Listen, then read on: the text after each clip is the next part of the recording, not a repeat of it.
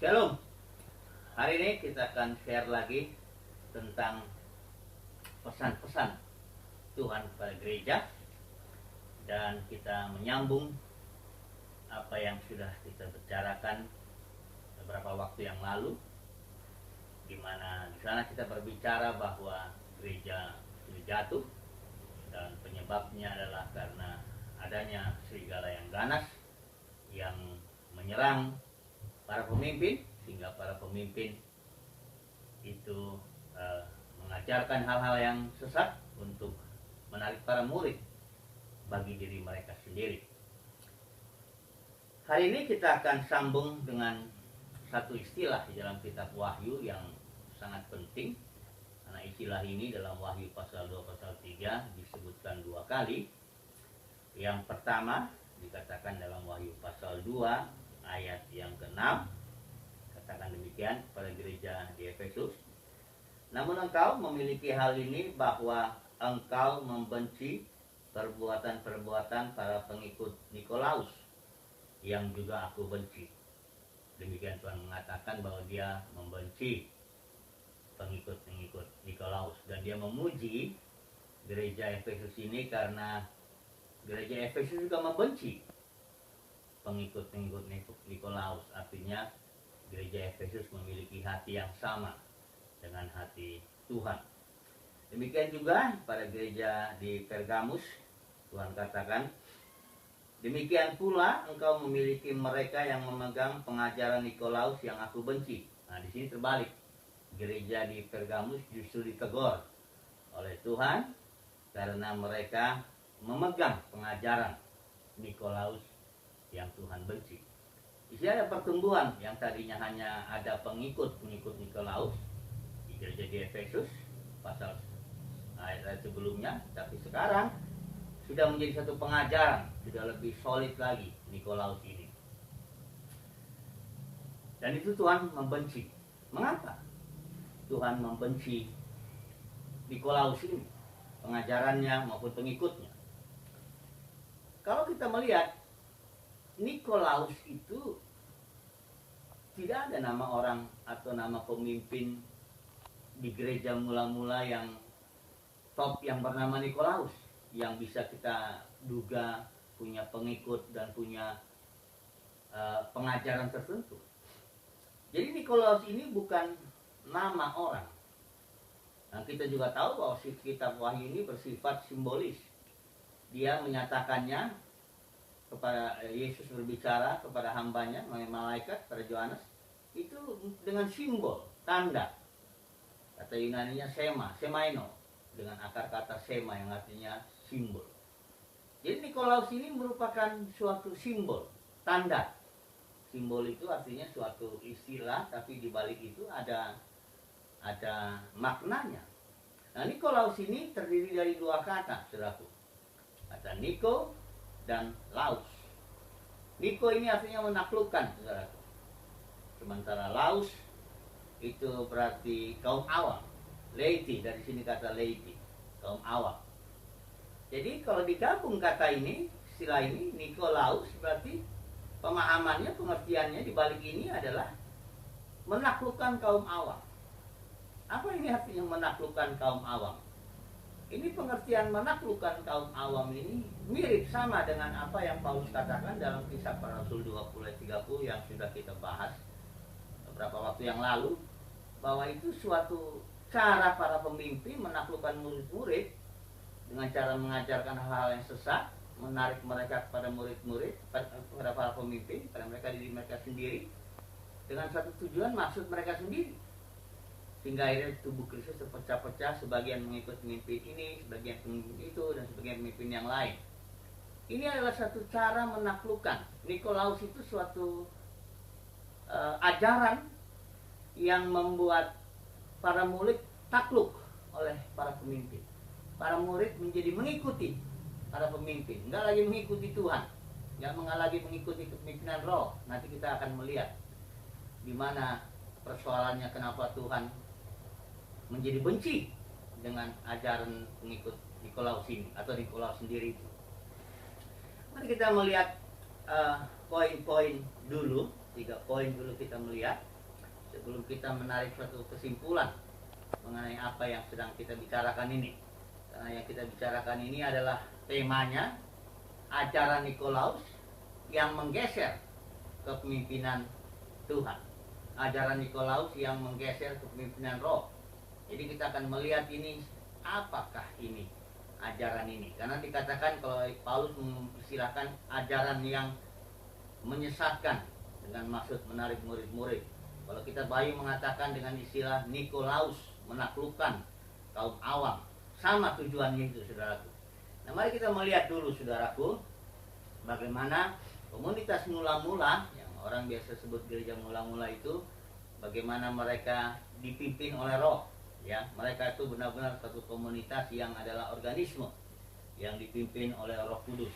Ya, kita melihat bagaimana kepemimpinan Roh ini. Sebenarnya orang kalau baca satu kali saja Kisah Para Rasul dari pasal 1 sampai pasal 28, itu sudah jelas terlihat bahwa bagaimana kedaulatan Roh, bagaimana kepemimpinan Roh, bagaimana Roh Kudus mengatur segala sesuatunya. Baik para rasul, gereja-gereja, semuanya diatur oleh Roh Kudus. Ya, coba kalau kita melihat secara garis besar saja, kita secara cepat kita melihat bagaimana kesaksian Petrus. Ya, ketika itu pencurahan Roh Kudus, tiba-tiba tidak ada rencana, dia spontan saja dipimpin Roh, dia mengadakan KKR istilah sekarang. Ya, 3.000 orang mendengar, bertobat 3.000. Tidak ada dibikin panitia, tidak ada dibikin perencanaan, ya, organizing, leading, controlling, tidak ada. Di situ langsung saja dipimpin Roh, 3.000 bertobat. Demikian Stefanus ketika dia bersaksi, ya, bukan 3.000 dalam hal ini, 3.000 batu membuat dia mati, tapi Stefanus oleh Roh dia melihat kemuliaan Tuhan Yesus. Di sini Roh memimpin juga Filipus. Kita melihat ceritanya bagaimana Roh itu memimpin Filipus untuk bersaksi, ya, memindahkan bahkan dia Filipus ke tempat yang lain.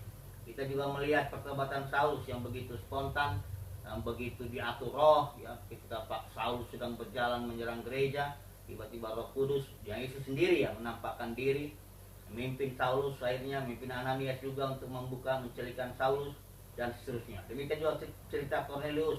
Kita melihat bagaimana Petrus, Roh Kudus memimpin Petrus untuk mau bersaksi kepada Cornelius bangsa asing ini, karena bagi orang Yahudi sangat terlarang itu masuki rumah orang bangsa-bangsa lain. Tapi bagaimana Roh memberikan penglihatan, bagaimana Roh memimpin, mendesak, mendorong, ya. Kita melihat juga dalam pergerakan misi. Ketika misi itu bergerak, dia tidak mulai dengan suatu perencanaan, tapi mereka berdoa puasa. Tiba-tiba Roh bekerja. Pisahkan Paulus dan Barnabas, ya. Bahkan pergerakan Paulus pun dipimpin oleh Roh.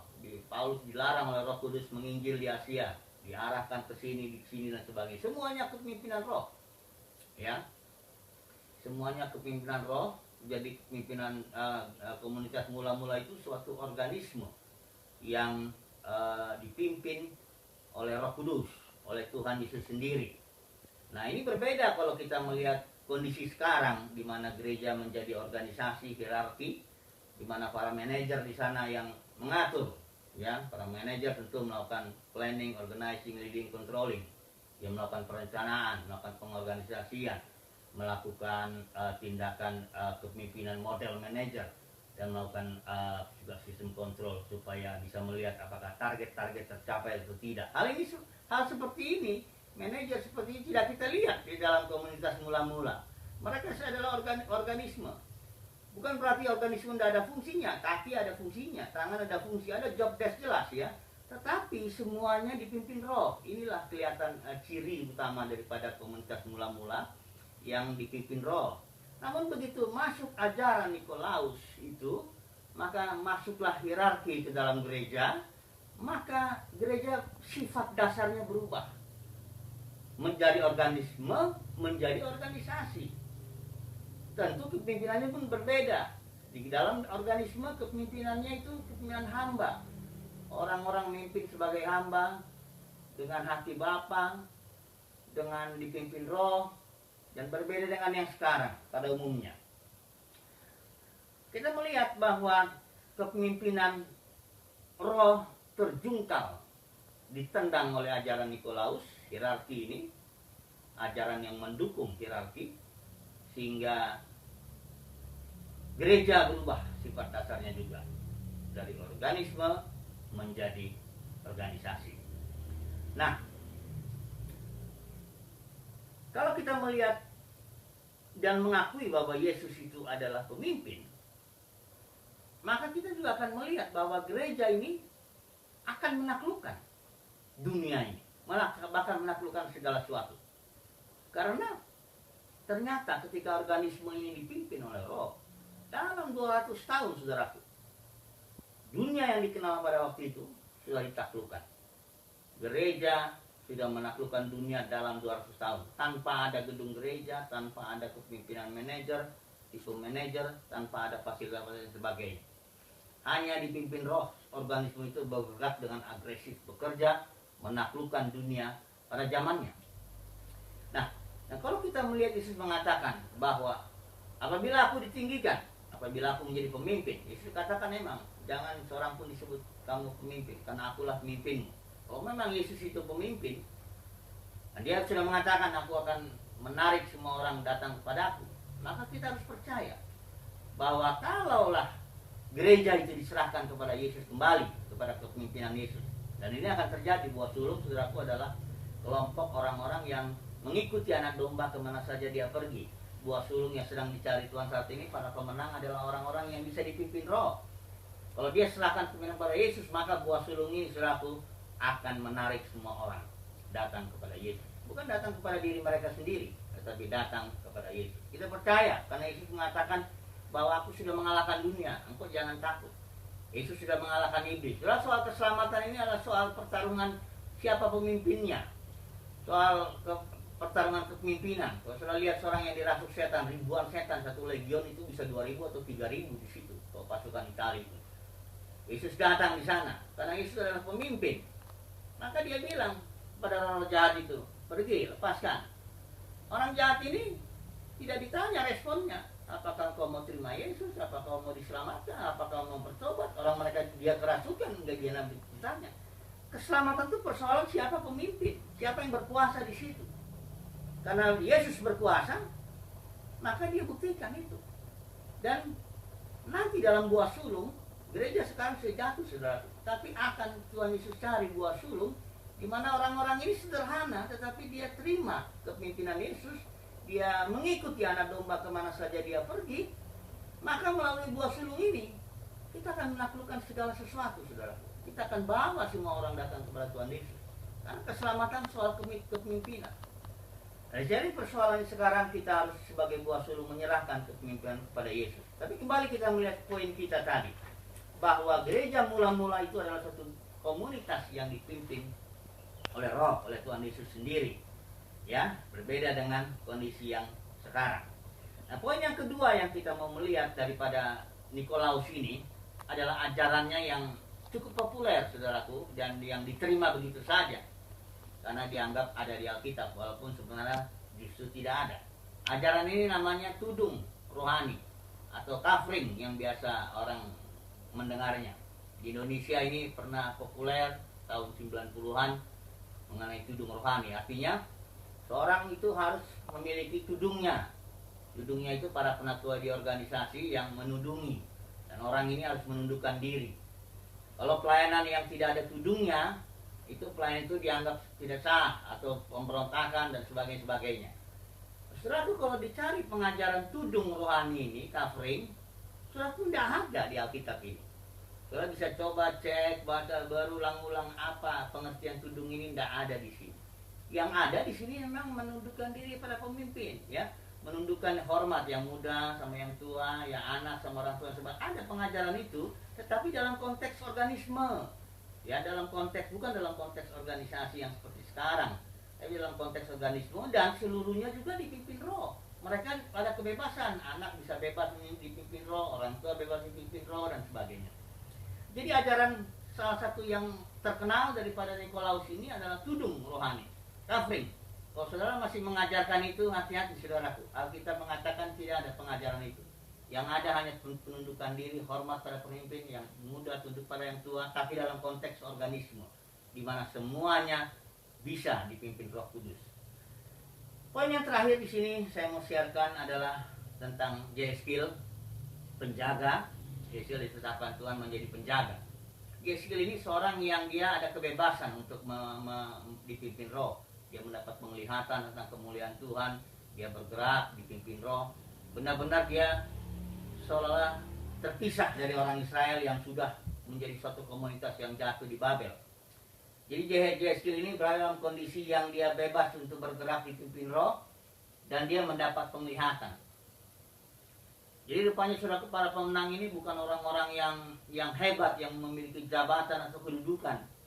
Barangkali justru para pemenang ini adalah orang-orang yang orang biasa, yang bahkan mungkin terkucilkan, terbuang. Tetapi dia memiliki kebebasan untuk bisa mendengar suara roh, untuk bisa dipimpin roh, untuk bisa mengikuti anak domba kemana saja dia pergi. Sehingga orang-orang ini ditetapkan menjadi penjaga. Saudara dan saya ditetapkan menjadi penjaga untuk menyampaikan pesan kepada gereja. Gereja yang jatuh. Mendengar atau tidak gereja bukan urusan kita. Bagian kita adalah dengan setia menyampaikan apa yang menjadi pesan-pesan Tuhan. Nah, sebagai kesimpulan, jadi saudara lihat dalam Wahyu 14 ayat 4, itu kita lihat yang sudah kita singgung, bahwa buah sulung itu adalah mereka yang mengikuti anak domba kemana saja anak domba itu pergi. Mereka buah sulung itu atau para pemenang itu adalah orang-orang sederhana tetapi memiliki kebebasan.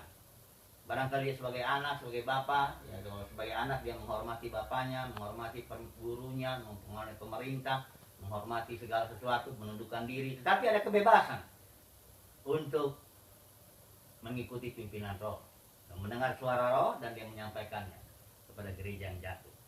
Ini tema kita hari ini, bahwa para pemenang adalah orang-orang yang tidak mengikuti ajaran Nikolaus.